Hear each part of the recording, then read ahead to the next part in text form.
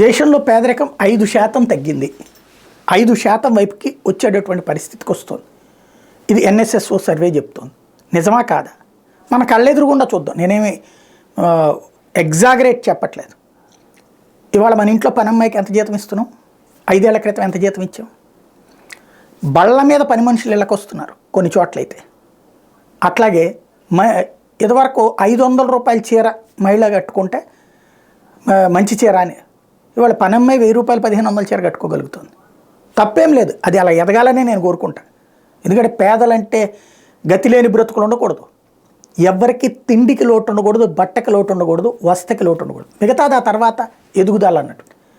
అలాంటి పరిస్థితులు ఇండియాలో వచ్చినాయి. ఇప్పుడు ఇవాళ మినిమం స్పేస్, ఇవాళ అడుక్కునే వాళ్ళకి భోజనం ప్యాకెట్ ఇస్తే తీసుకోవడం తగ్గిపోతుంది క్రమంగా, డబ్బులు ఇవ్వమని అడుగుతున్నారు. అట్లాగే పనిలోకి చేయడానికి మనుషులు దొరకట్లా. ఎందువల్ల అంటే వచ్చినటువంటి మార్పు, సంపాదనల రేటు. ఇదివరకటి రోజుల్లో నెలకు ఒక 2-3 వేల రూపాయలు రావడం అంటే మధ్యతరగతి లెక్క. ఇవాళ రోజున నెలకు 2-3 వేలు మాత్రమే సంపాదించే పేదోళ్ళు కూడా కనిపించట్లేదు. అది అసలు లాజిక్.